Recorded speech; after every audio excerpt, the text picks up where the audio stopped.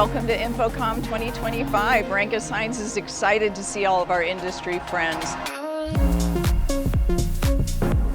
We are very excited about this year's show because we are debuting 2 brand new products to all of our users. It was very good and kind of good. It's a good segue between the different lines of Iconics all the way up to the live systems there.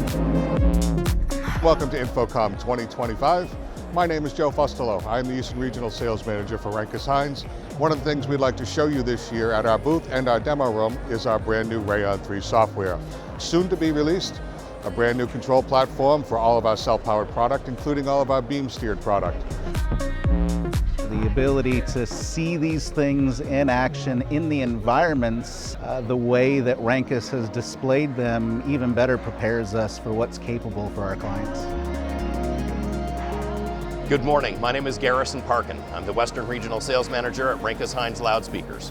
Before us here we have our IC Live X digitally steerable loudspeaker array system. The top module here is our IC Live X. The lower module here is our newest subwoofer. This is the ICLX 48S. This subwoofer has 4 8-inch woofers, high excursion woofers, and it can be paired with the IC Live X system as you see it here. It can be flown.